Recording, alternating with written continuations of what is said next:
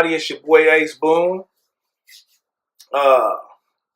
Yours truly. Welcome to the monthly weekly show. And it's yours truly, Ace Boon. Ace Boon Comedy. Did I say the monthly weekly show? I said it this time, right? You said it right this time. Okay. Welcome to the monthly weekly show. In case I said it wrong, welcome. You know what I'm saying? It's your boy Ace Boon. And with my co-host, you got Dré the Hall. Dre the janitor. Dre the janitor. Dre the stripper. You know, Dre, that nigga. Yep, that nigga. And we finally made it on live. You know what I'm saying? And thank everybody for tuning in. Appreciate y'all tuning in. We're going to get started with the show. We got off to a late start. We had some not technical difficulties this time. Well, a few technical difficulties, but it was mostly the traffic. Oh, yeah. This traffic was horrible out there today. It was actually not that bad. We just had an accident for somebody who was a moron. You know what I'm saying? Basically, we're driving on the freeway. Dude decides he just wants to do donuts right in the middle of the freeway. And so that's what he did. He did a couple of donuts, slowed everybody down. Did you see it? I didn't see it, but I heard it on the radio. Oh, okay. The lady fucked it up, though. Instead of saying donuts, she said something stupid like bear claw. Something stupid. She didn't say donuts, though. You know what I mean? Telling. No, she didn't even say fish telling. She said something that was super corny. Oh, okay. So I was just like, all right, lady. You know what I mean? Because I listen to the radio when I'm on the freeway because I'm in the Bay Area. There's so much traffic here now because everything's so overcrowded. You have to pay attention to where you're going to go, else you'll get stuck somewhere for hours. This shit becoming worse as bad as L.A. now. It really is. Yeah, that's what I said. I call this mini L.A., man, for real. It's bad. It's terrible. You know what I mean? So all y'all people thinking you want to come to the Bay Area, California, all that bullshit, don't come. It's bullshit. The only good thing left is the weather now. And Ace Boon Comedy. You know what I'm saying? That's it. Everything else is falling off. But it's some good stuff if you come to Oakland and everything. It's some good stuff going on. Ace Boon Comedy, Ace Boon Open Mic. We got Ace Boon Comedy. Like you said, you right, Drake. We got Ace Boon Comedy. We got the Ace Boon Comedy Open Mic. We got the Ace Boon Comedy clothing store coming up. We got the Ace Boon Comedy Restaurant coming up. No, I'm just playing. Dylan. You know what I mean? It's all good. Hell yeah. But thank you everybody for tuning in. That's tuning in out there. Before we get going, want to holler at Drizzle. We're going to go straight to the this segment of the show called Dré Thoughts. So we're going to go to Dré the Hall, Drizzle, Washington. What's your thoughts for the day, Dré? Man, what's up, everybody? I got to give a major shout out to all comedians out there. Last night I lost my virginity at my brother's open mic. Oh, yeah. It went pretty good, man, but I got some work to do. But for the most part, I have fun. But I just got to give a major shout out to the comedians out there that do their thing, man. And it takes guts to keep going, to keep pushing. Even if things don't turn out right, man. You know, if it's something you like or something you want to get into, make sure you go in full-heartedly and give it your all. And don't get discouraged if, I said it right. Don't get discouraged if, you didn't fuck it up. Usually we butcher English language around here. We do it all the time, and it won't be the first, and it ain't gonna never be the last. But it'll happen again. Especially when we got a little drink or something. We really be fucking the English language. Yeah, but I definitely will be back, and I will definitely remember my material, cause I got up there. And I was on the road with it, but then I forgot most of my material, and then I just started freestyling, but it turned out cool, and I had one heckler, but she helped me out though. For some reason, she didn't like. I made a comment that I was telling ladies sperm is good for your skin, and she really got offended off that. Like I was on a whole nother joke, and she brought that shit back up. Like, no, yeah, that ain't right. That ain't about that sperm in the skin. I don't like that. That's somebody that got hella sperm on their skin. Actually, she had good looking skin too. Yep. So that let me know she got shot in the face a couple of times. Yeah. She's about 55, but she looked at like 43. I'll give her that. Yeah. She had it all up on there. Yeah. But other than that, man, the room is cool, man. So all the comedians out there, every third Wednesday, if you're ever in town, come drop by the Banks Club, 3900 San Pablo. Yeah. Man, it's a cool little room, and come work on your material, man. Shout out to Anna out there, the owner. You know what I'm saying? Her and her family. Shout out to them. They've been that bank club been over there for decades. Yeah, her daddy used to own it, and it was around for a long time. And it had some of the people in there from the 50s too. Nigga, Dick Gregory came out of the grave and was playing dominoes last night. That shit was amazing. Dick Gregory was in there slapping balls. It was amazing. OG up in there. It was amazing, in there. But it be litty though. It's like and Dré, like I said, Dré had his first time on the mic last night. You know what I'm saying? Trying out the comedy thing. Good job, man. It was good. It was lit, man. I want to give you props. And the one thing I appreciate about what Dré did, it's a lot of comedians out there. Cause see me, I'm a firm believer in practice makes perfect. Right? I'm a firm believer in that. And it's a lot of comedians out there. And I don't knock. Everybody got their own way the way they do something, the way they do stuff. But one thing I want to give you credit for, Dré, is when you went up there with no notepad or nothing. You know what I'm saying? Yeah. And it shows that you actually put thought in trying to craft your set and trying to develop the set before you went up there. Yeah. You put some work into it. Yeah. And a lot of comedians go to open mics. They have notebooks and stuff. And for all the new comedians out there, the new comics out there, you're trying to be a comedian,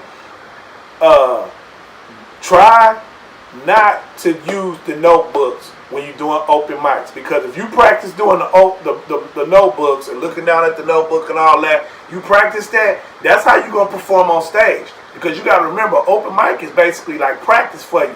So if that's the way you practice it, when you get in the game, you freeze up, you're going to look down for something that ain't going to be there. You can't take that on stage.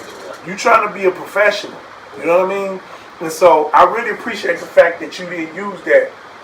Use no notebook or something. Keep that up. That's a good practice, because that's a bad habit to have, going to the notebook. I've seen people even stop in the middle of sets and pull out a cell phone and try to find jokes in their phone.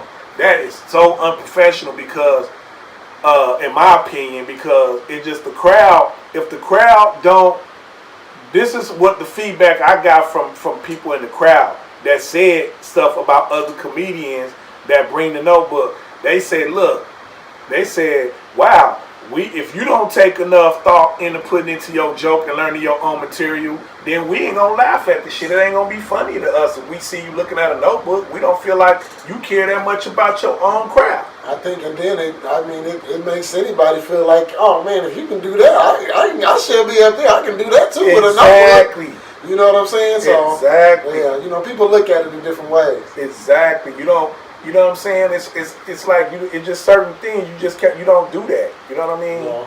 It's bad. It's a bad habit to get into. So if you new out there trying to do comedy, don't go to open mics with a notebook on stage. That's one thing. If you going through some notes before you get on stage, that's one thing. You know what I mean? Or it's another thing too. The professionals do it. The big stars, they do it. But it's the way they do it though. The crowd will never know they doing it though. You see what I'm saying? But then it's a way that, like Deion Cole, how he'll do it. You see what I'm talking about? Yeah. But he'll put it back up, but he'll be like, oh, that ain't working. Yeah, it's part of his routine. Yeah. And he's the only one that's ever tried to do that. I saw this chick try to do it right at Tommy T's one night. It was bullshit. And she was like, with Deion Cole, I'm like, Deion Cole did it as part of his routine. Yeah. You can't do that. That's basically biting his thing. But mind y'all too though, Deion Cole is a writer also. He writes too. He wrote for years for Conan O'Brien, so yeah, it's a different. He was the chief writer for Conan O'Brien. Matter of fact, your open mic, the guy was doing that. But he had the whole notebook out and he kept He kept trying to act like it was part of his routine, but then he'll be looking on the notepad too. So man, it's like everybody got their thing, but and like I say, open mic is practice, but in my opinion, it's better to try to work on your shit and then practice it the way you're gonna do it on stage. Now, unless you like a big star, the big stars do it, but they going up there doing 1 hour, hour and a half sets. And so what they do is they'll have a little stool on there with the little water sitting next to it and a towel. So when they take their break in the middle of their set, they go get some water, they look down and they look at an idea and they keep back to the show. You see what I'm saying? That's one of the ways they do it. You know what I mean? But they trying to do like 90 minutes worth of material. You see what I'm saying? Yeah. They basically trying to do 60 jokes. You know what I mean? So that's a whole different level. So of course, you're going to need a little reference here and there. Yeah. But just you going up there just doing a 5-minute set, you shouldn't need no notebook for a 5-minute set. You know what I'm saying? Just don't get into that habit of practicing that if you're new out there. That's all I'm saying. Yeah. So yeah, man. Talk about how was your day, Dré? Oh man, the usual, man. Shit. I gotta give a shout out before I say how was my day, man. I gotta give a shout out to the bartender at the Banks Club. The Bank Club, you add an S to it. Oh, hey, that's how that drink had me feeling.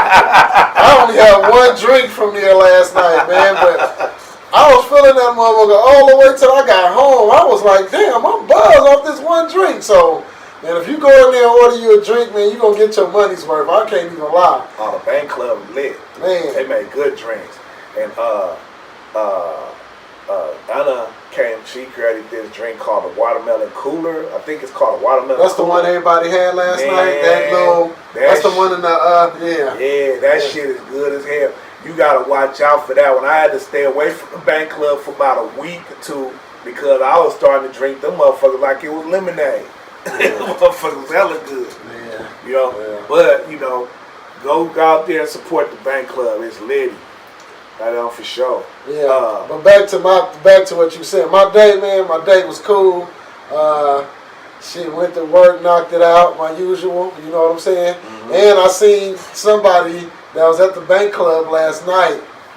She cracked a joke and she was like, "Oh, I don't even know you. I don't know this dude." Like, she was cracking a joke. The lady I introduced you to. Oh yeah. She works at the sheriff's department. One of your coworkers. Yeah, but she was telling me, she was like, I surprised her, but she was surprised that I was there because she was like, "That's my spot." She was like, "That's my spot." That's like cheers to her. Yeah, you know, everybody got love and they hug everybody. It's hella cool. Man. I didn't even know how cool the spot was because I got freaked apparently, and I didn't even know I was getting freaked. I was getting freaked by a birthday girl.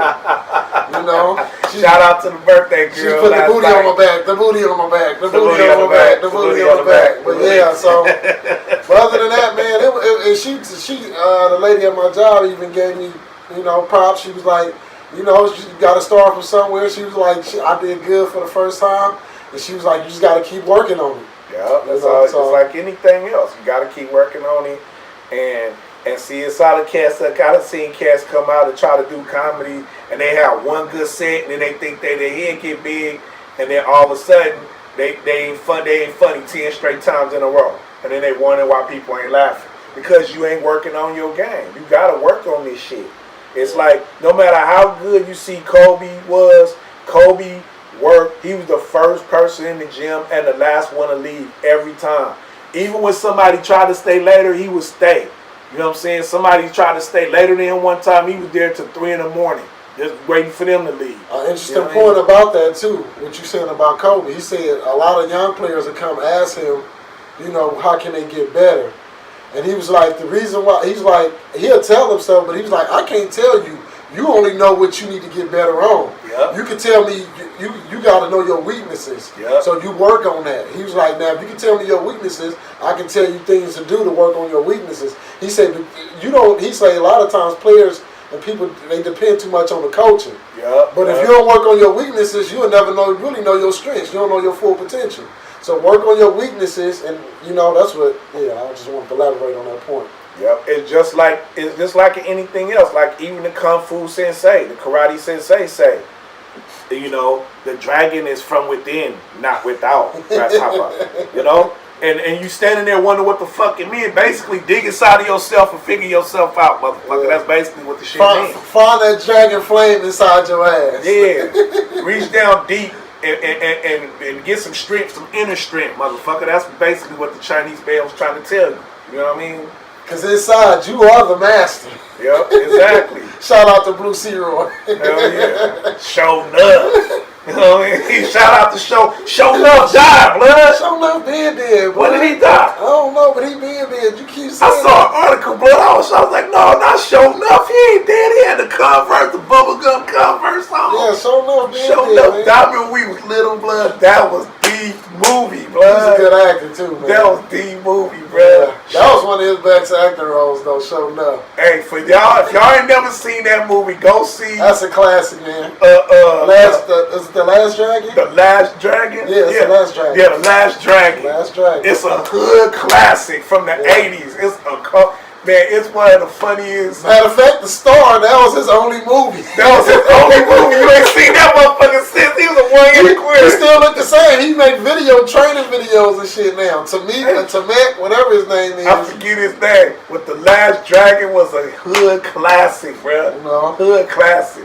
And his brother was the break dancer in there and shit. Yeah, Stevie Wonder was on the soundtrack. The Barge was on the soundtrack. You the one that beat me up. His brother is the one that shot Ricky and Boys in the Hood. His brother showed did. He got older. He switched from break dancing to shoot niggas on Boys in the Hood. He was in that movie. He shot Ricky in the back. You dirty nigga. You killed Ricky. You bastard. Bless you. You killed Ricky, bro. Me and Ricky was about to go to college and everything. You killed Ricky, bro. You a hater.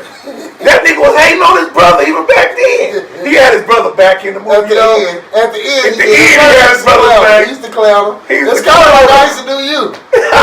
Nah, you ain't do me like that. Not that bad. Back then. Not that bad. He used to get on him like he was the big brother, fucking him and shit. Throwing bread at him. But you wasn't like dude though, The Last Dragon. Though they made Last Dragon like a super. He was an 80 sucker though.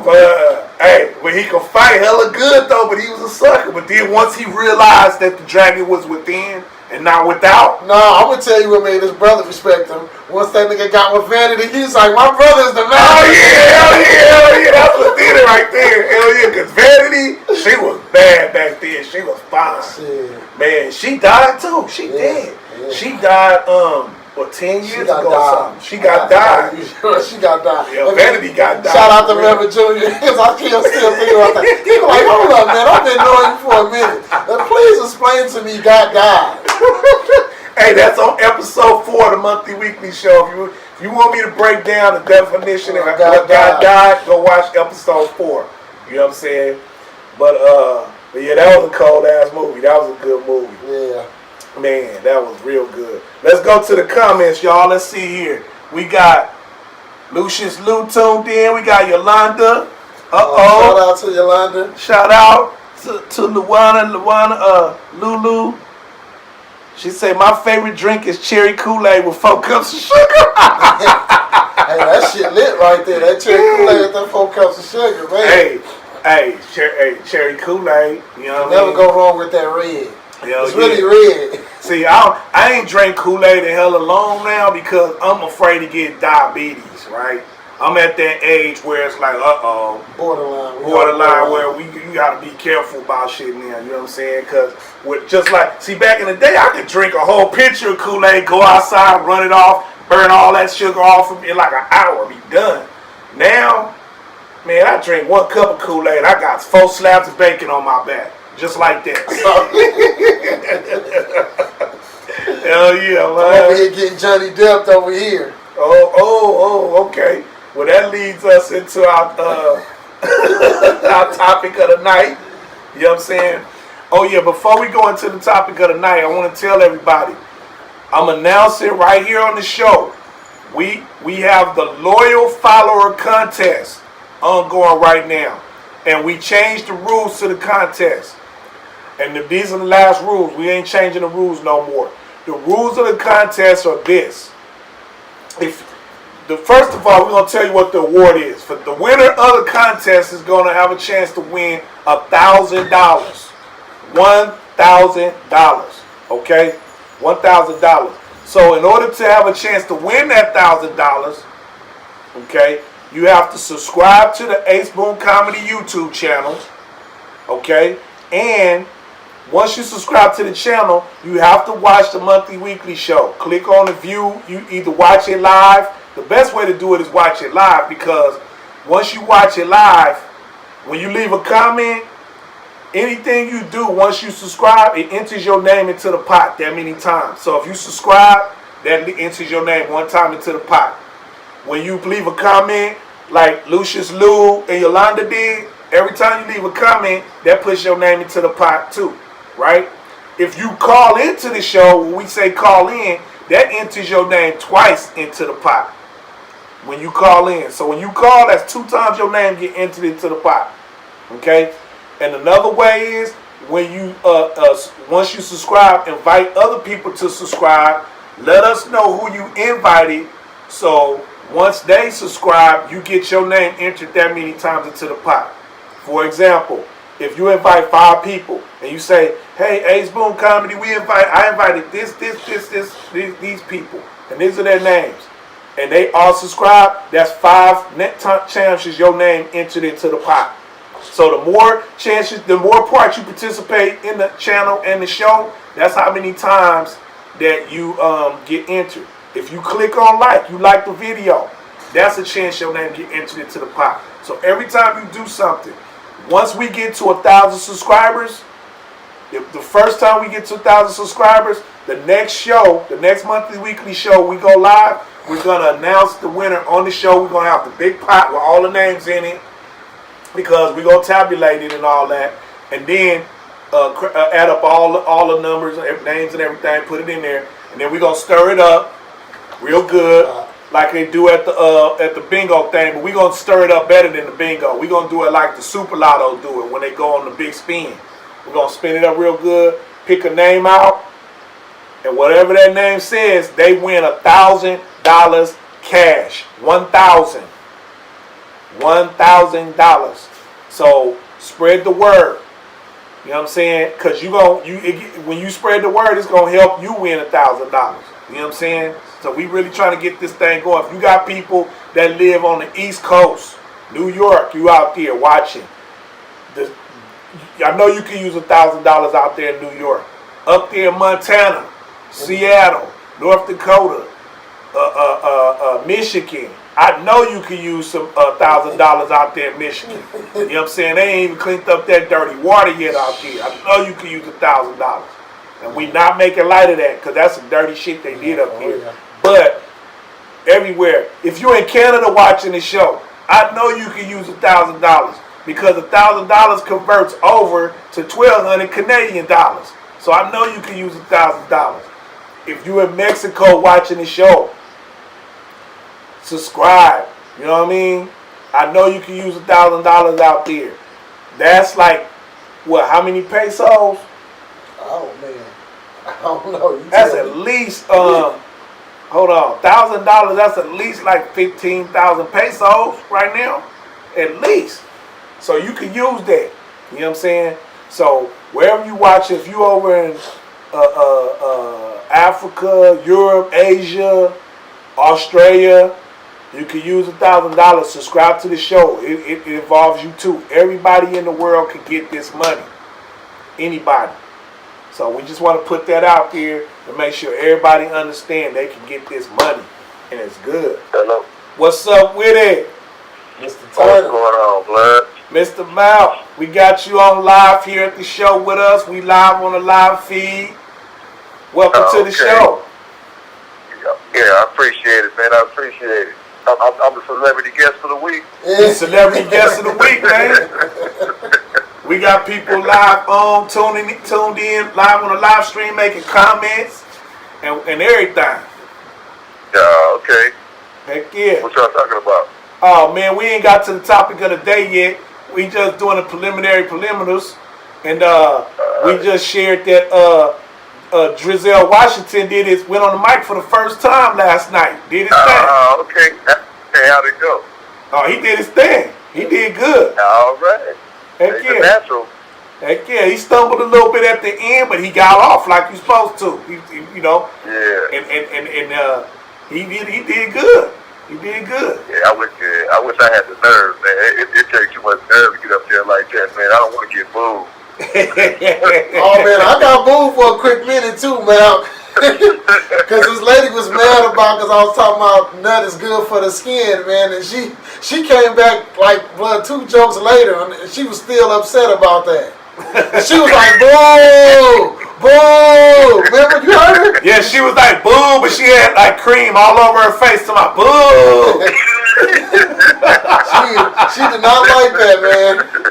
Yeah, man. Hey, that's the best part of humor, man. People they got to be able to laugh at themselves a little bit, man. Exactly. You know? Tell us about your day. Oh, man, I got these wild. Man, you don't even know about these fools I deal with every day, man. You don't even want to know about these fools, man. They just mania, man. Just maniacs. Maniacs, man. We got folks trying to sneak off to the bathroom. Get sucked up, you know. This wildness, man. What? Still ain't get suspended. What? You know. Getting super boss. Damn. Cut class at 9 a.m. to go get some. Man, we talking about the 6th grade? Sixth grade, man. So, God. you know, I mean, why would you stay home? If I can go to school, I can sell weed, I can smoke weed, I can get some head, and all that.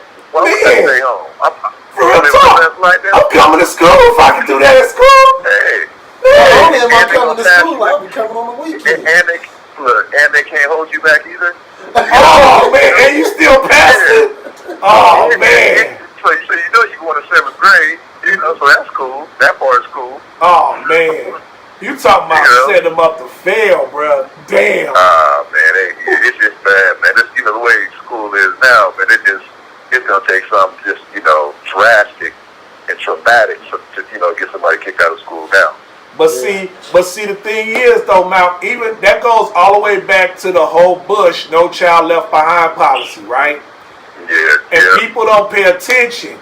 People don't pay attention to like when things pass. They like, oh yeah, that's wrong, black kid in. But they don't understand when anytime they do something, it's for a purpose. It's for a reason. Yeah. They did that. Yeah. They wasn't doing that to help the kids. They doing that to help the jail industrial complex, prison industrial complex. Yeah. Because now that boy increasing his chance because he passing through with straight F's, going straight to the next grade. This more likely he gonna end up in jail, and he gonna be prime ready when he turn 18 to go straight to jail and work for the complex. That's sad, man. Well, you know, like the kids that I deal with, man, that's just the way they go. You know, it ain't even like no option. It's just this is what we gonna do from 11 to 13, and then from 13 to 15 I'm gonna do this, and then at 17 I'm going to jail. You know, so it's already ingrained in them. They already know what the plan is. You know. Yep. It's sad. They know what the plan is. And people talk about California being this free state and liberal state and all that. California make the most laws and they contribute to more of the prison complex than any other state, man. It's terrible. Well, see, the funny thing is, you know, it's funny that you say that because all they talk about is, you know, on TV and everywhere else is just about what they're doing academically for these kids and how the scores is going up and this and that, you know. But yet you got problems like this going on at the school, you know. You got kids get, you know, they just acting wild, you know. No real support services, no like emotional services, no therapy, you know, no counselors coming on campus, no Big Brother programs coming on campus, and they wonder why these kids act the way they do. You know? So it's not even like you say, it's not even really about them wondering. They already know how the kids are gonna turn out. You know, because they're not doing that now. Exactly. And that's all set up by design and people don't pay attention. The only thing they pay attention to, like you said, is the commercials that they show about all these big things going on, but it's only a handful of schools that's getting those services. Well, those services are never in the inner city. Never. You know, them commercials don't be nowhere in the hood. Them commercials, you see the campus, They be all clean. The kids be all well manicured. You know, the King's English, the King and the Queen's English. Exactly. You know, they get real food for lunch, not cardboard pictures of food that they gotta eat. Yeah. Oh man, you don't even want to talk about that food. They eat jail food for real. Oh yeah. Oh yeah. I can only imagine. Matter of fact, like the company that our school district gets their food from also provides food for the local the county jail. Oh yeah. Oh. That's how cold that is. Yeah. Oh. Same food. Yeah. That's how cold that is. Which is not nutritionist at all. Oh man, it's slap. It's slap. Yeah. Yeah, it's bad, man. They getting them ready, man. And like this one, I was talking to this one dude yesterday. He's in 8th grade, right? He said something about going to jail. I said, nah, man, not me. I'm scared to go to jail, man. He's like, oh, man, you scared? You scared to go to jail? I'm like, yeah, I'm scared to go to jail, man. Now me. He said, now me. When I get in there, I'm going to do something so won't nobody mess with me. I said, nah, see, you already taking it the wrong way. Exactly. I'm going to do something so I don't have to go to jail. That's he already making reservations. Exactly. He's like, when I go, that's fucked up. Oh, man, he can't wait. Can't wait to go. But that's the mindset, though. They done prepared him for that because he don't see no hope nowhere else, so he know he going to jail. That's the fucked up part. And see, and people... And he knows he better not be afraid of it either because it's coming. Exactly. You know? Exactly. So instead of mentally preparing himself for college or a future in life, he's mentally preparing himself for jail. That's fucked up. Yeah, man. And see, that whole mindset...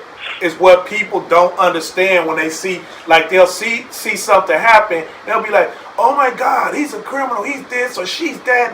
Why they don't just go to school? They don't understand what the kid is surrounded by. You know what I mean? Man. They just trying to survive every day they wake up. The last thing they can think about is school. Yeah, and while you're at school, you don't want to think about school. You can't even think about it. You know? Because then you got teachers who are old and burnt out. They don't want to deal with it. They don't care what you're going through at home. They don't care that your mama was arguing with some dude all night last night, so you ain't get no sleep because they were screaming at each other. Yeah. You know, on top of the fact you ain't had nothing to eat, and if you did, it was some Little Caesars pizza and some Mountain Dew.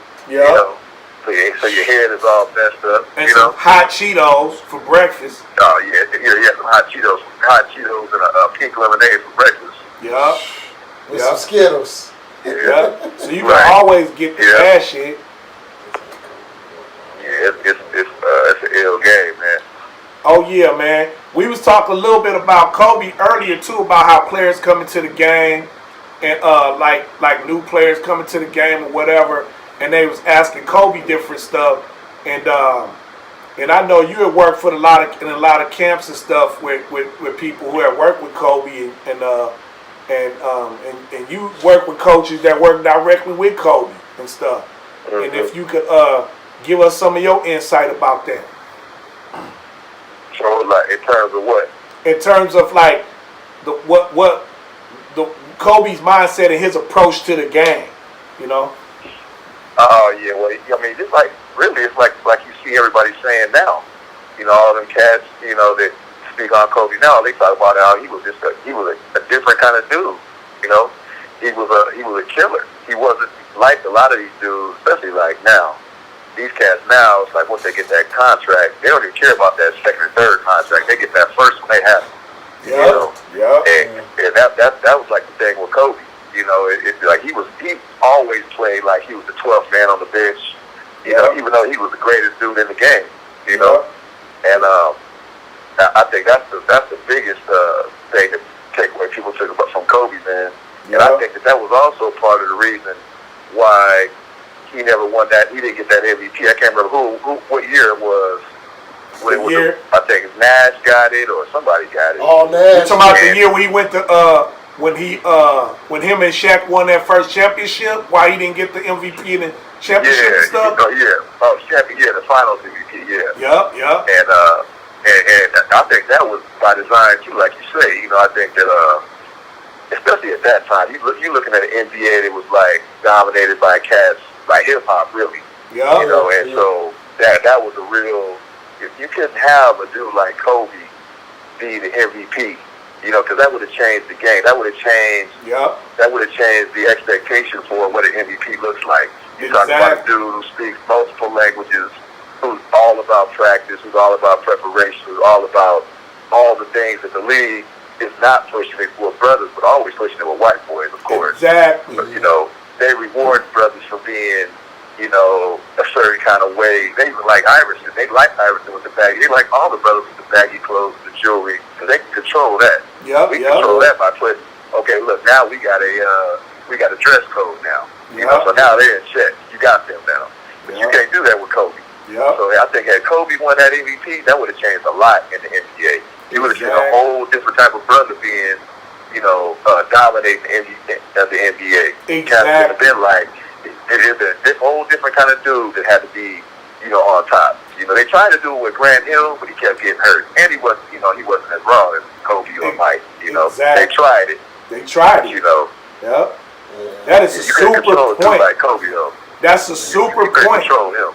That is a super point because, and that was one of the coldest points that I've ever heard anybody say about Kobe and about the league because think about it, you're right.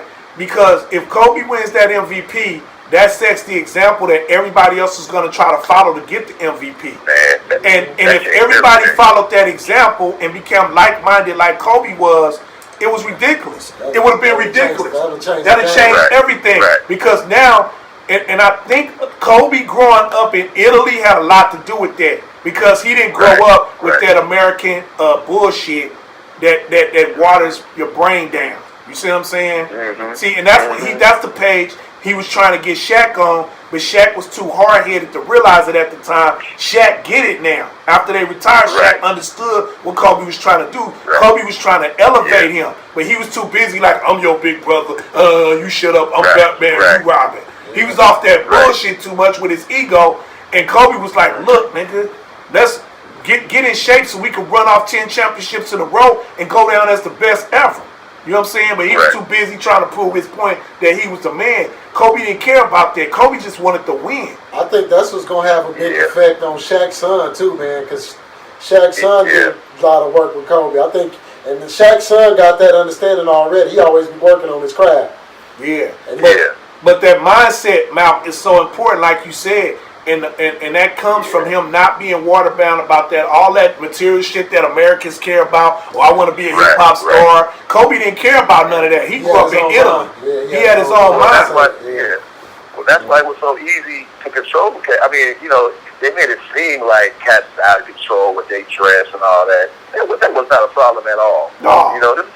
Their dress was not a problem at all. It was just a way, to control them cats. And I think, like you say, with Kobe, they didn't want that example, but I think more than that, they didn't want that expectation of this is how a brother should be handling themselves Exactly. in the NBA. This is the expectation. Because they lose control. You need to be a real dude. You can't just be like the brothers that you've been watching on TV the last 15 years. This is a new kind of brother, And I think also, they didn't want to push that with black folks either because we're already so divided and separate. They want to keep us like that. And so, they don't want black folks to realize, oh, there's a whole bunch of kind of brothers out here. Exactly. So now we got brothers who are articulate, educated, but now they sellouts. Exactly. The only way to be a real brother is to be from the hood and to be dressing like this and acting like this. That's the only way to be a real brother. Exactly. So they like that. They love that. Exactly. It continues now. You know how that goes. Yep. You know how that goes. And that's sad because they it's almost like that Willie Lynch thing because it's what you saying, man. It keep on going in circles, and there's always that divide and conquer, and they always divide us that same way you saying. Yep. Exactly. Yeah, man. Yeah, watch that Willie Lynch talk, man. Y'all gonna be taken off the air. Oh yeah, for real. Real talk. That Willie Lynch is illegal. Real talk. Yeah. Hey, but you know what? That's the coldest point. You put it on the head, man, because it's all about control. All these leagues, the NFL is all about control. Keep your helmet on, man. shut up, go out there and just play. The NBA is the same way. You stay in line, shut up, do what And Kobe was not that dude. That's why he was on the NBA's blacklist. Him and Iverson both was on the blacklist because they knew. Right. I mean, like you said, man, they was all. That's why when Kobe first came into the league, he was like that at 17. He was off that when he was 17, and then the media, all of them, they had to make. They basically divided the locker room up. It's Kobe, or you gonna be over here with going to the club all night. You gonna work on your game. Kobe didn't care about that even back then. Yeah. Well, the league loves. See, that's the thing, man. Is all like you say, all these leagues, they love all that nonsensical behavior. They love all that going to the club, blowing $20,000 a night. They love that. Yep. You know, they want cats like they want cats to be, broke like Joe Louis when they get done. Exactly. Antoine Walker. They want it like that. They don't want a cat like that goes to the league like Kobe. Because imagine that, man. Yep. Imagine if Kobe, and I'm not even a Kobe fan. You know me, man. I'm not even a Kobe fan. Yep. But imagine Kobe won multiple MVPs. That changes the whole dynamic of how a cat is looked at as an MVP. That changes everything. For real. You know, it changes everything. And the only one that they gave him, they had to give it to him. You know what I'm saying? Yeah. They had to give it to him. They had to acknowledge, because it would have been ridiculous for him to not have nothing but one MVP. No MVP. Hey, the greatest dude of his generation don't get not one MVP. You know it's something up when a white man get mad for you. Larry Bird was upset when he found out Kobe only had one MVP. Well, that's right. Larry Bird, because he's a real dude. Larry Bird is a real dude. Larry Bird is a real dude. He's a real cat, and it's just, you can just tell, I think, like, just looking back at it, you can just tell, especially the impact that Kobe was having on the game. Iverson had his impact with the Braves and the clothing and bringing hip-hop into basketball and making it, like it really should be. But Kobe was another kind of brother doing the same thing. He's coming in with the bald head, he's coming in with the intellect, he's coming in with the work ethic. He's coming at it from a different direction. The same as Iverson, just a different approach. Way different approach. And you could just see after Kobe died, look at the impact that he had on so many kids and people over that time period. Just imagine how many dudes, if he would kept winning MVPs, how many dudes would have wanted to be like him? How many dudes would have learned a second and a third language? How many dudes would have worked out like him and not bullshitted around their whole fucking career? But you know what I mean? But you know what? It'd have been different. Not only the game changes, society changes. It starts elevating the black man to a whole nother level if they start to emulate that. It's a whole nother thing. And that's why the way the league treated Kobe was so fucked up, and now we understand that was why they was doing it. They had to keep him down because look at how his mindset was. In the short time that he had retired from the game, look at what all he accomplished. He accomplished. He won an Oscar. He started a hedge fund that was worth over $2 billion. You know what I'm saying? All this shit he did. You're talking about a fund that is there to support brothers after they retire from the league, so they don't fuck up and don't mismanage their money and all that. Thank you. Definitely at his time, man. So it's a cold. Just looking back, it's just really sad, man, to see the way it went down and see. My biggest beef with Kobe, I think, was that, and it was because he was so young, obviously. He got caught up with that little chick, and that was the chink in his armor, that right there. Because other than that, they didn't have nothing they could get at him. They had nothing. So once they got at him with that chick from Colorado, it was just like, now we caught him. He's not perfect. You shouldn't want to be like him. And that's what it was. It was all a setup. Yeah. It was all a setup. And it was a setup because who gets raped and then they go and sleep with 6 or 7 other dudes raw right after they get raped. They said that chick had like 8 different types of nut up in there, man. Thank you. 7 or 8 nuts up her ass. But see, this is another thing too. This is what I don't like about that situation. A lot of times, man, people don't never look at the accuser. They don't ever look at the facts. And that's what gets me mad, especially with the media now, man. They keep bringing up that dirt, but people need to look at the facts. Go back and look at that case. And look why the DA threw that shit out. Exactly. Because if that was Tyrone that worked at Domino's and was in that situation, it was only because Kobe had money for one and they wanted to tarnish his image. Exactly. It was obvious. It's obvious. And see, that's the other thing but on the other hand, look how they did old girl with the Duke what's the name team, lacrosse team. Oh yeah. Oh yeah, they did her so dirty. Yeah, they went berserk with that. They couldn't wait to, justify them dudes. Oh yeah. No, They allegedly raped her, but then all of a sudden that got threw out and she was a whore, she was a piece of shit. Right. She's her testimony is unreliable. You about the Duke situation. All that the lost team. Yeah. She can't even strip no more. Exactly. That's how bad they did her. She can't even strip. Yeah, but it's funny you dealing with Duke and now you dealing with it's a whole different. Yeah, exactly. Right. But see they know. We got a comment. Somebody just typed in a comment or Wiz say he was getting ready to start his own league in China, like the NBA too. Yep. That was another thing Kobe was doing. Forward thinking. Yeah. And that's the stuff me and you used to always talk about, like why LeBron and these players got all this star value and they don't like the league treating them. Start your own league. Y'all the stars. Man. Y'all could go start your own league and keep all that money. Forget these owners. Be your own owner. Man. And that's what Kobe was trying to do. I want these dudes, I don't even want them to start their own league. I want them dudes to do their research, jump on with my man, go on Ancestry.com, find out where they're really from, and go play for the Ghanaian national team. Thank you. Real talk. Real talk. Go home for Ghana 19 times in a row. Exactly. We out there with Ike Corte and them in Ghana, nigga. It's going out there. They come out with that green. Real talk. That green and white on. You know what I'm saying? Hey, but instead they made cat like Giannis Antetokounmpo. They make him think he's an American. They try to take him. They try to take him away. Trying to take him out of Greece. Man, they wild. Yeah.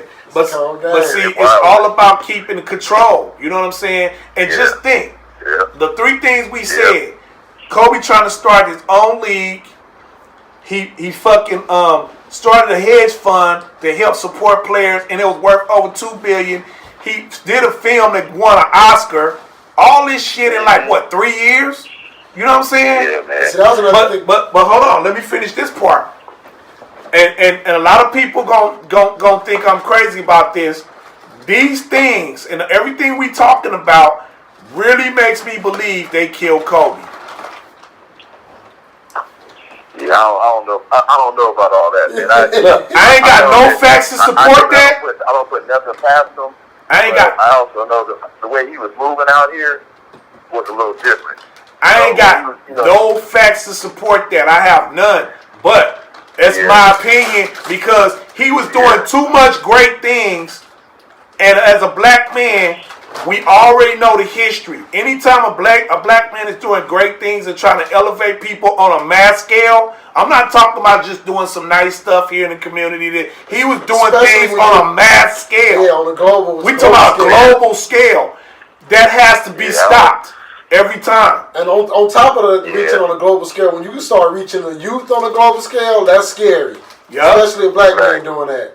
Yeah. That's when it becomes a factor. factor. I don't put nothing past him at all. I don't put nothing past him at all. So, like I said, I'm not saying it's 100% true, but it came to my mind. The first thing that came to mind, they killed Kobe.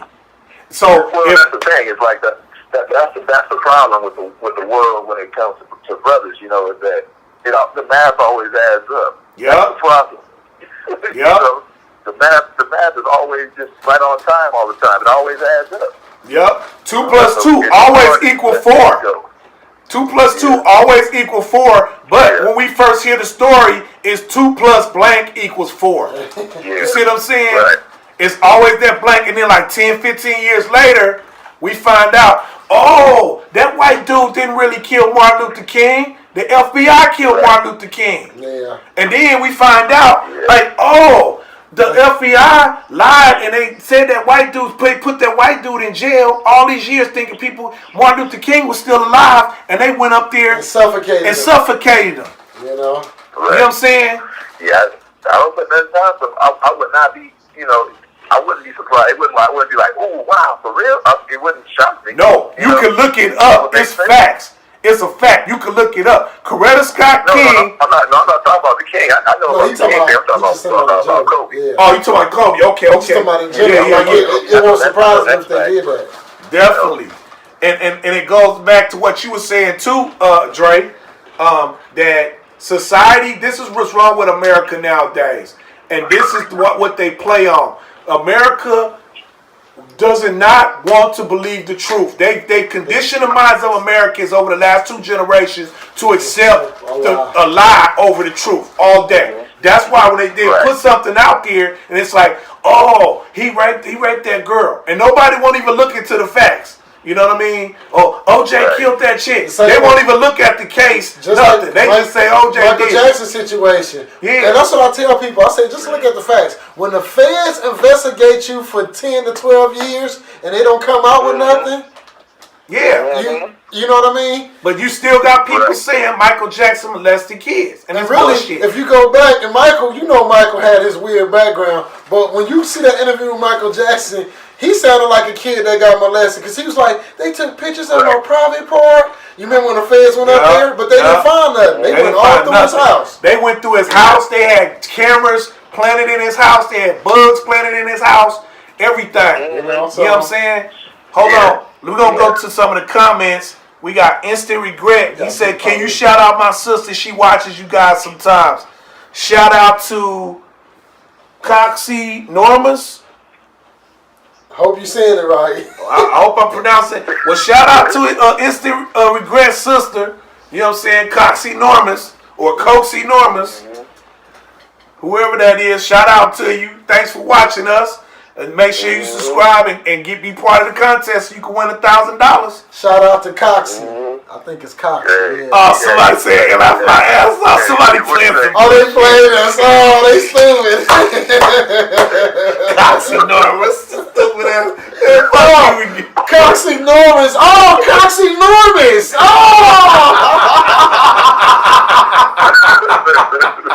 Oh, shit. Oh!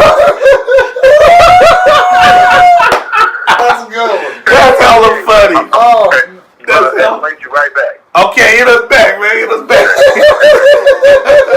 That's hella funny. That's a good one. That's a good one. That was funny. Got us on that one. And Will said Americans scared of Black America. That's true too. Man. Hell yeah. Hell yeah. They're still from us, but they hate when we innovate amongst each other, though. Hell yeah, that was Mr. Malc on the Taco Me Studios phone line, on the hotline, Taco Me Studios hotline, I should say. But call in to chime in if you got anything to talk about what we talking about, or you just want to, we'll say y'all late. Call the number, 833-ACE-ACE-4. 833-ACE-ACE-4. Call the number. Oh. ACE-ACE-4. But I guess since we having technical difficulties, we gonna get ready to wrap the show up. It'll be a shorter episode this time, but a lot of the stuff we talked about was real talk, though. You know what I mean? And we was gonna go in on another topic, but that it never gets old to me talking about the Kobe situation because he was such a great dude. And such a multi-talented, multifaceted dude. Just ahead of his time. And I'm still in shock, but, rest in peace. And to those families, too, man, because, that's a tough time. Always losing people that's close to you is always tough, man. So, and it seemed like a family member for real. It's a tremendous loss. Yeah. Especially when a black man, a young black man like that, man, that adds to your race. But at the same time, get others to accept you. See, you just said race, and I don't mean to correct you or anything, but I want us to start changing the vocabulary on that because we are part of the human race, right? We all, as humans, but we all have different subcultures under the human race. Yeah. So true. I feel like we should just say as a black man, or just say the black we gotta subculture. Say black. Okay, black subculture. I'll say the black man, because really, I feel like they're just trying to get rid of us. Anything with a black man improving himself and improving others, I think that's what's key. And see, that's the thing. They always try to make us downplay us, man. That's one thing. That's why I think another thing. That's why I trip off about Kobe a lot. Kobe knew who he was. That's what I'm saying. Even though he was married to outside his race and all of that, you can't say he was a proud black man. Yeah. You know, first and foremost. So, exactly. But he was an intelligent black man, ahead of his time, could speak different languages.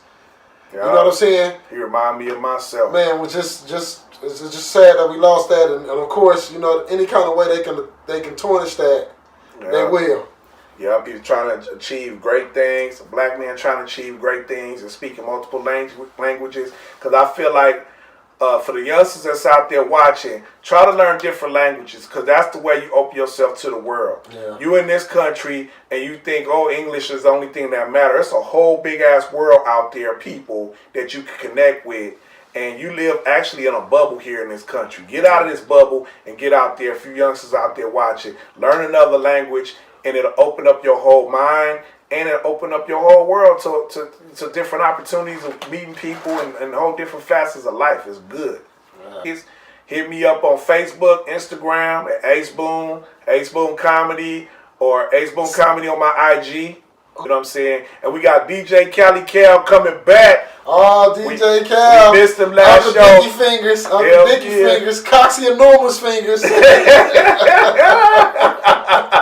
That was a good one. Whoever put that one out there, they gonna get it. They gonna get extra names on the thing. That was a good one. Instant regret. That was a funny one. Oh man. But in any case, though, keep on following the show. Participate in the contest, the loyal follower contest. You know what I'm saying? Also, remember, just show love to everybody. You know what I'm saying in this thing. All right, we gonna be out. Stay tuned for the next one next week. See y'all next week. Peace. Peace.